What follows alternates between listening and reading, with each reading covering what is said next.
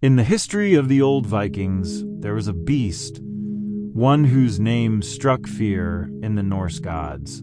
His name was Fenrir, and this is his story. Before the birth of Fenrir, a prophecy had spread amongst the gods. Odin had seen this prophecy, which foretold the end of the gods in a doomsday event called Ragnarok. In this prophecy, he saw three strange creatures. One was an enormous serpent. The other was a woman who was half alive and half dead. But the strongest of them all was a demon wolf. In the vision, he watched as the demon wolf devoured him and brought havoc on the gods. This vision troubled Odin, and he shared it with the rest of the Aesir gods to prepare them for the day of Ragnarok. As time went by, Loki, the god of mischief, gave birth to a strange set of children. The youngest was a girl who was dead on one side of her body. The second was a small serpent. The eldest was a wolf cub. Upon seeing the children of Loki, Odin and the rest of the Norse gods were scared. They were reminded of the prophecy of Ragnarok. Due to his vision, Odin believed that these three children were harbingers of destruction. He mobilized the Norse gods and captured the children of Loki.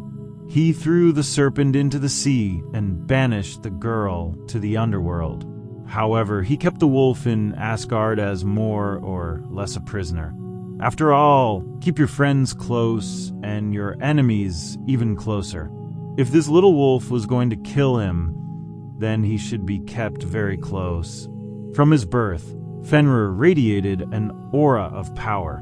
As a pup, he was larger and more ferocious than any wolf the gods had ever seen. They watched as he grew at an alarming rate. His strength was too incredible for a little child, and they feared him all the more for it. Only one among the gods dared to approach him without fear. This god was Tyr, the god of war. Tyr fed and cared for Fenrir, and with time, a bond of trust was built between the two. But not everyone felt the same way. As Fenrir continued to grow in power, the gods became warier. One day, the gods decided to test his strength. They proposed a game to the young wolf. In this game, they would bind him with chains, and if he could break those chains, he would be rewarded with a big, fat, sumptuous meal. As a young child who wanted to play and impress the gods, Fenrir readily accepted. On the first attempt, the gods bound him with heavy chains, but Fenrir snapped the chains like a twig. He was happy because of how strong he was, and he thought the gods would be too. But when he looked into their eyes, he saw weariness and disappointment. But he did not think much about it. On the second attempt, the gods prepared a stronger and heavier chain. Fenrir pretended to struggle with the chain for a while and peeked at the gods. He saw that they seemed excited. They tried to hide it, but they were happy in a twisted way. In annoyance, he exerted more force and broke the chains as well. The gods exchanged wary glances, but they quickly congratulated Fenrir on his growth. Fenrir thanked them, but he was not so easily deceived. He noticed that the gods had increased the strength of the chains by an enormous amount. He also sensed the slight happiness they felt when he pretended to struggle with the chains. Soon enough, he began to doubt the gods' intention.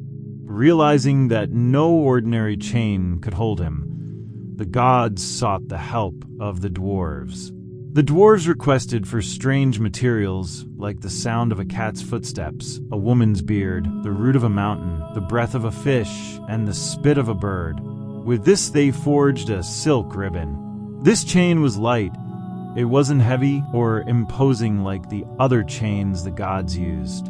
It looked harmless and innocent, but it had the power to bind mountains without breaking.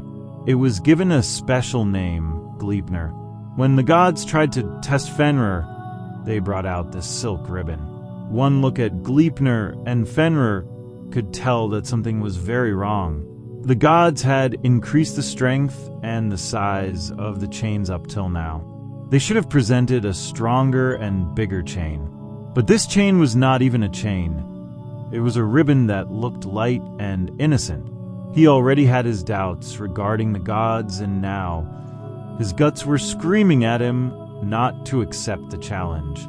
Fenrir outrightly rejected the test, but the gods could not stop trying to persuade him.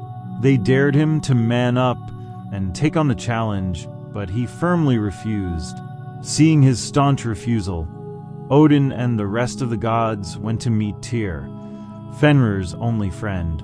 They persuaded him to convince Fenrir.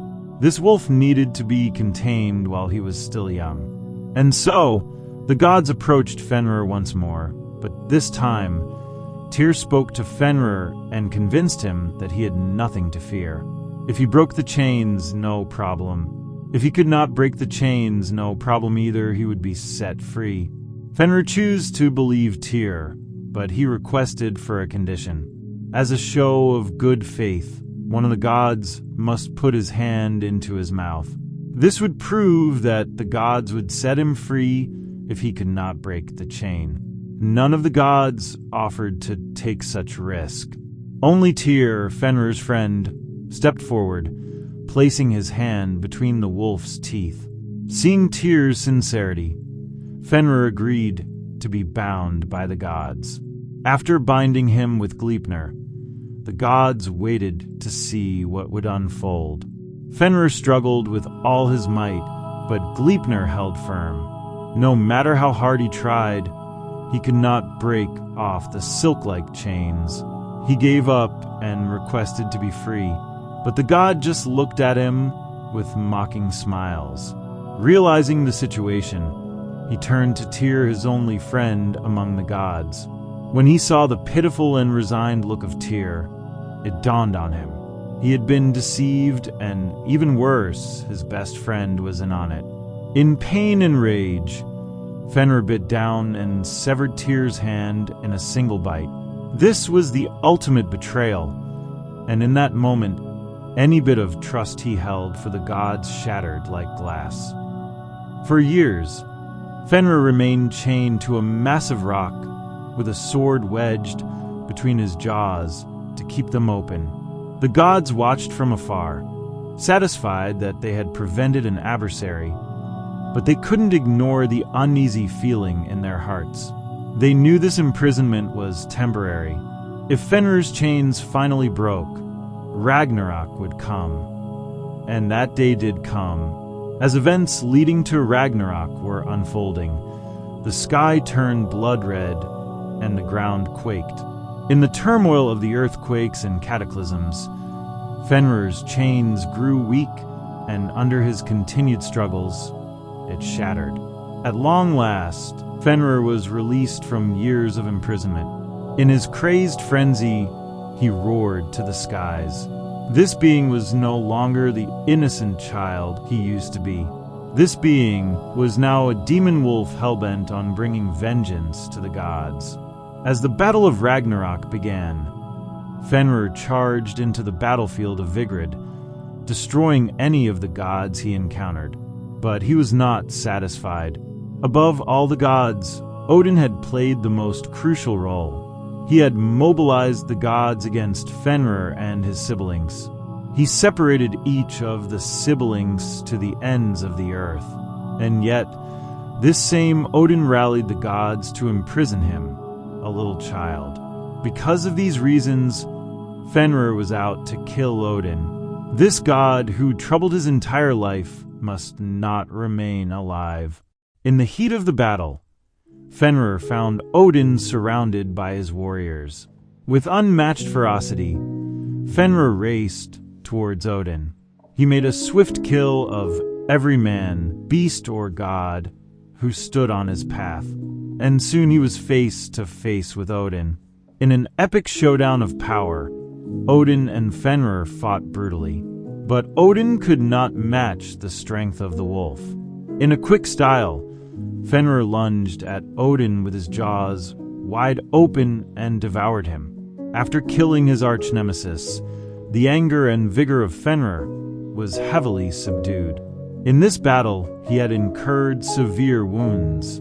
He needed time to heal. However, Fenrir just made a huge mistake.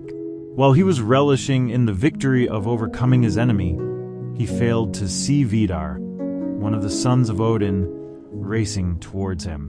Vidar, in vengeance to the death of his father, lunged at Fenrir.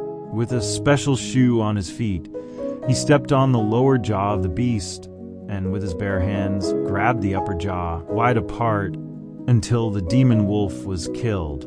On the battlefield of Ragnarok, the story of Fenrir came to an end. Gone was the innocent little wolf.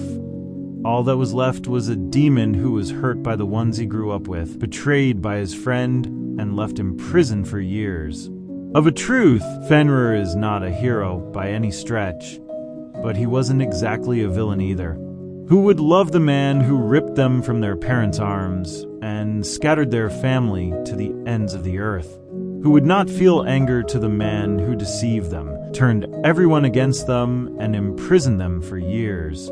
Fenrir could not even raise his children because he remained imprisoned by Odin. He was no hero, but considering the cards he was dealt, we cannot call him a villain either. Perhaps destiny could have been changed if the gods were kind and more sincere to people. The Norse gods were not so heroic themselves. They exploited people, looked only after their own interests, and did horrible things because they feared a prophecy. The actions of the gods brought about the very destruction they sought to avoid. Fenrir was just one of the unlucky ones caught in the crossfire. To this day, Fenrir is seen as a monster, a villain of great strength who caused pain and bloodshed. But be honest, if we went through what he did despite having the kind of power he had, would we have done any different? And on this note, we close this chapter of Fenrir, the great wolf of Norse mythology.